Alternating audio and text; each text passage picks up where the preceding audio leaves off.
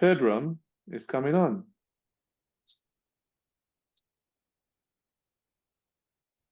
Can you hear me now? We can. Screen share coming through? Yep. Cool. It's perfect to go behind Veron. Super cool tech there. You know, what I'm going to be talking about is just a whole bunch of tooling that I leverage to get my day-to-day shit done.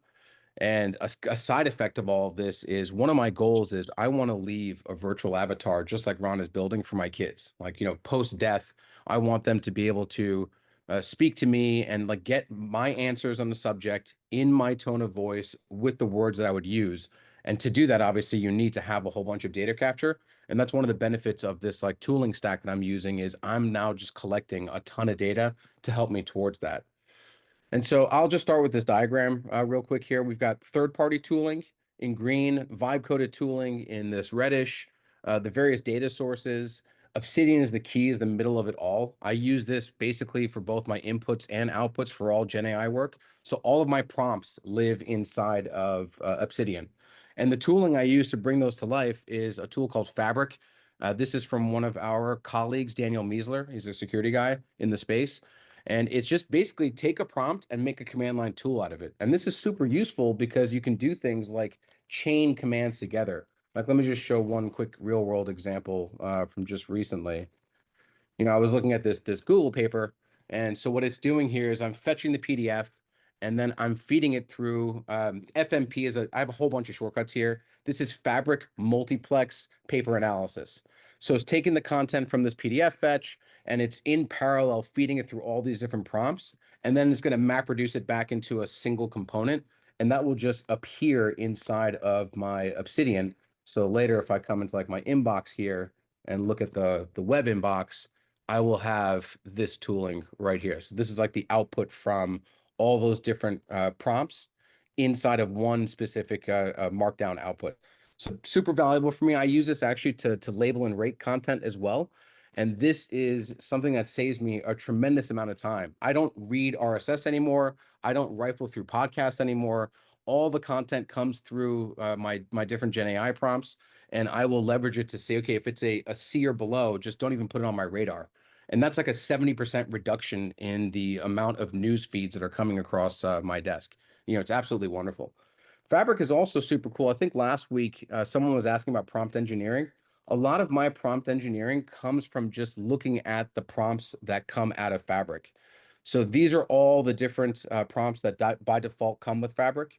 It does things like, you know, from analyzing a GitHub pull requests to passing judgment on an article. There's just a metric shit ton of built-in patterns for doing, you know, general Gen AI work. And again, because it's command line, you can pipe things out to one another.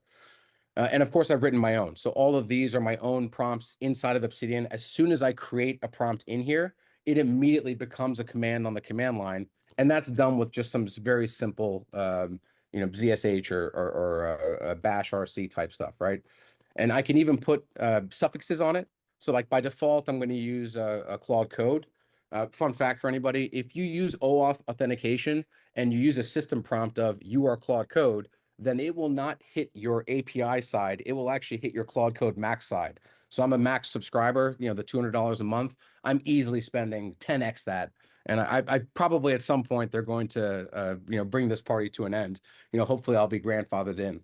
But the net of it is that you've got all this tooling now that you can just pass things through command line wise.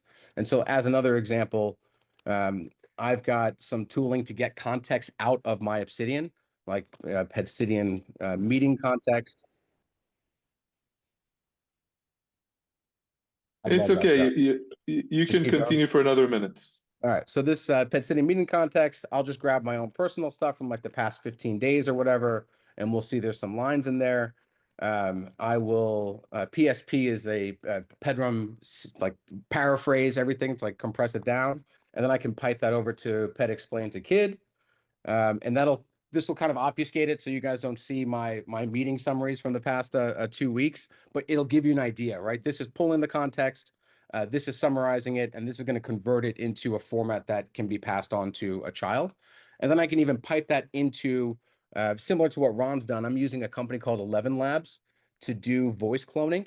And so now I could even pipe that through to ped say, let me just copy paste it. And like, this is going to be in my voice speaking to, you know, whoever wants to leverage this thing. So super neat. Work together to build new things. They have to learn how to tell other people why their ideas are good. Can you Just guys like hear when you that? build something with blocks, you have to show Yeah. your friends how it works. It's got about 6 hours of my content, and the voice is pretty good. Unfortunately, I had to source a lot of talks, which the problem with that is you kind of sound like you're giving a talk. You know, you're like in a hallway, you're kind of grandiose in speaking. But all in all, it's neat tooling. And the other thing to just show here is I use Granola for meeting recording. This thing is absolutely unbelievable. I use this. I'm using it right now, for example, to record things. And you can do things like, you know, what did I miss? Because it's got constant transcription going on. At the end of it, it's going to summarize everything for me, and I will copy that into my Obsidian notebook, or I will just use the MCP to suck it in as well. And that's something that I've vibe coded. So there is Granola uses, I think, either JSON or SQLite. Whisper Flow is a tool for dictation. Rewind is like a screen capture recording tool, so I can do things like go through my my history, see my OCR, and all of that is accessible via MCP. And I can do things like, you know, ask it. Let's just go Whisper. You know, what's my current words per minute, and let's brag about that to Jonathan Cran, who taught me about Whisper via, you know, messages. And so this will talk to the MCP server, get the app statistics, and then go look at the iMessage and figure out who JCran is. And now it's going to tell him, hey, on Slack, I'm doing 192 words per minute via dictation.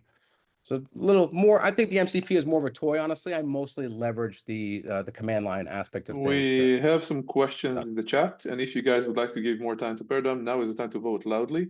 Pedram, if you can go back to the chat and pick a couple of questions. Yeah, sure. Let me go through this. What do we got here? 11 Labs is kind of expensive. I haven't gotten the bill yet. Not going to be happy about it. Pretty soon, North Korean IT workers will sound like Pedram. That's awesome as long as they give me a cut of the salary. Do you have a vector storage for knowledge graph for your notes for Obsidian? I don't. Actually, the power of Obsidian's just like basic tags and links is sufficient for me to grab all the context I want. One thing I do use is an extension called, what the hell is it called? Like Smart Context, I think. So for example, let's go to this inbox. I do this weekly post on LinkedIn. Part of the way that I do it is as stuff is pulled into the web inbox, as I highlight it, or if I clip something, it's going to show up in this like stream. And from here, if I just grab, you can do link depth.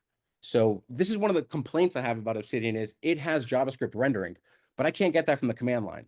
I need to actually get it from the app itself. And this smart context allows me to do that. Because I can say depth 1, it'll follow all the initial links and pull all that into a context. And now I can just paste that into whatever, like paraphrasing or whatever I want to do. The clipboard is a really common shuttling kind of bin for me when I'm, you know, moving things around. Any other questions that stood up? Did you write FMP yourself and use OAuth and tell it it's Claude code? Yes, if you do, it is. So all of my Fabric commands are using Claude Code, using the Claude Code Max subscription. The multiplexer I have open sourced it. I think it's under, I'll dump on the link afterwards. But yes, it's the Fabric multiplexer, a simple shell script. It was vibe coded as well. And then all the prompts are defined and written within Obsidian. So for example, let's go look at, I don't know, the meeting participants is one I use all the time.